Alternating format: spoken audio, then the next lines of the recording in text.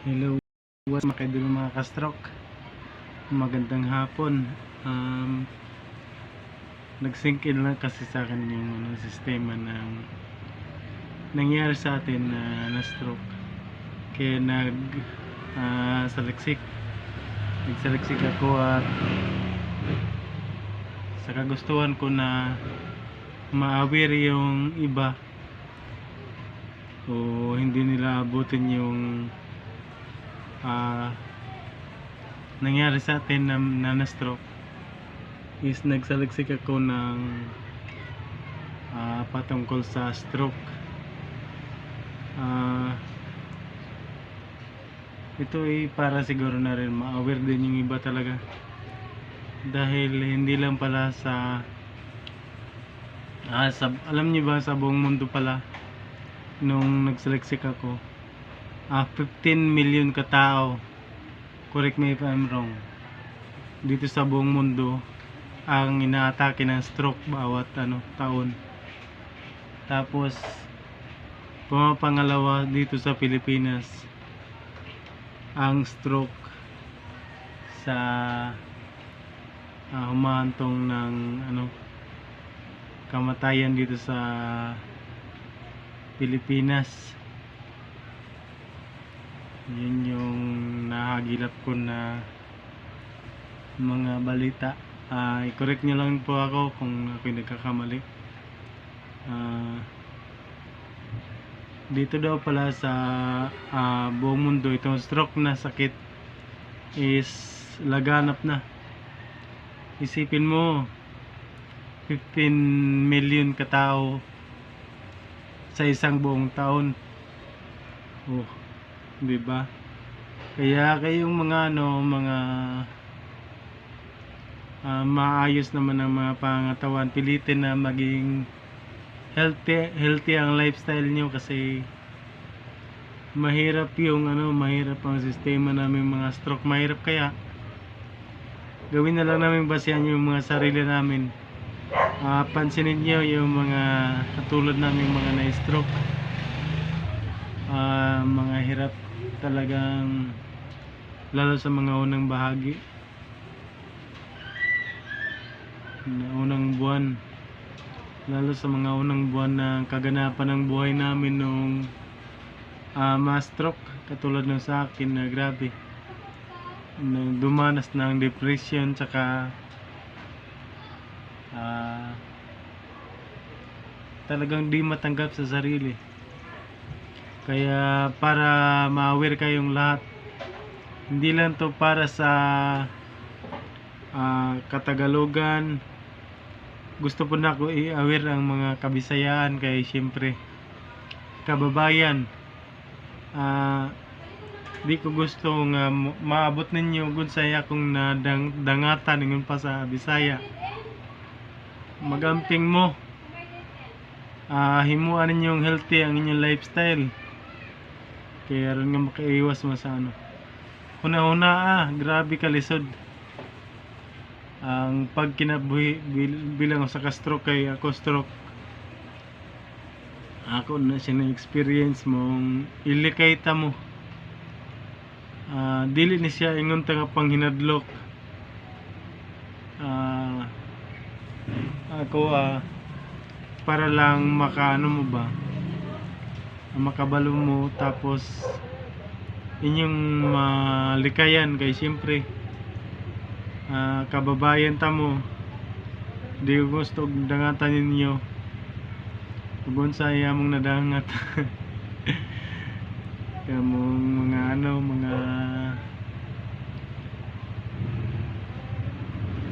simple lang akong i-suggest, himuha lang ninyo healthy ang inyong lifestyle. Mukhaon og tamang mga pagkaon, di lang sobra-sobra. Likayan ng medyo mga maalat, tingin pa sa Tagalog. Likayan ng mga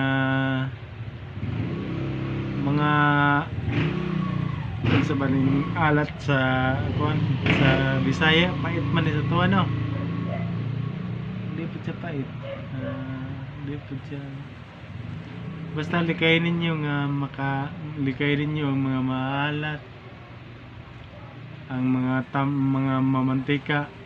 Tapos himo ang healthy na inyong lifestyle kung ikaw palainom kay kang dako, ikaw kung nakita ka sa akong video para siguro ginisi mo ba undangin na yung bisyo kay maragapon.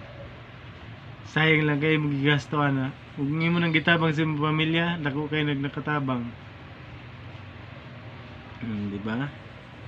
Ayaw kalain kung istoryahan tagag prangka kay ako isip manginom po siya na siyempre wa man eh katabang ng limnon. Igura ka niya tagag mubo nga kalipay sa imong kinabuhi. Pagka nahubog ka, grabe ni mong katawa, grabe ni mong kalipay. Pero wa kabalaw nga gidaot lang dahil mong lawas. Dili lang imong baga, dili lang imong atay ang iyong mapiktuhan. Pati ang imong lawas, siyempre iyong daoton. Balik ta sa sistema sa stroke. Imong una-unaon lalimang ka ng 15,000 ka tao ang ma-stroke sa isa ka tuig. Dabig may isa ka sa 15,000 nga nabot og ingunana. Swerte nimo kung mabuhi pa ka. Kay matagal pa kag chance nga magpadayon. Pero kung dili dobe, dili pero nimong luya. Tapos dinhi sa Pilipinas isa daw ang stroke sa bali ikaduha daw ang stroke day. Nagkamali naman nung ko. Ikaduha ang stroke sa daghan nga nangamatay o daghan nga nga palyado ano man sa tawag ni atong kanabitang nangahimong PWD tungod kay di na magamit ang katungang lawas o kaya ang pil o kaya ang kamot naglisod nga makarecover mao para malikayan ninyo ni may langong tag na mina mo inyong gitan-aw ang akong videos kaya nga malikayan ninyo. Ako lang yung pinaka-suggest, di na ako idaghan yaw-yaw. Chay buritchay ng pasaw nga Bisaya, kay daghan kay laay na magkay paminaw. Ako lang i-suggest, himo alang healthy ang imong lifestyle. Dako kay nagtabang. Labi na ang exercise, dako kay nagtabang sa imong pagkinabuhi. Dinhi sa mundong ibabaw yung Tagalog. Mo nang magamping pirmi amping pirmi mga kay duluma ka stroke. Yun lang muna. Ito ang ating video ngayong araw na kung pwede ko siyang pamagatan na isip hibalo dili lang para sa Katagalugan kundi lakip na sa mga Kabisayaan. Gusto ta mong makamasayod na sa sistema sa stroke kaya ako nagsaliksik kana laging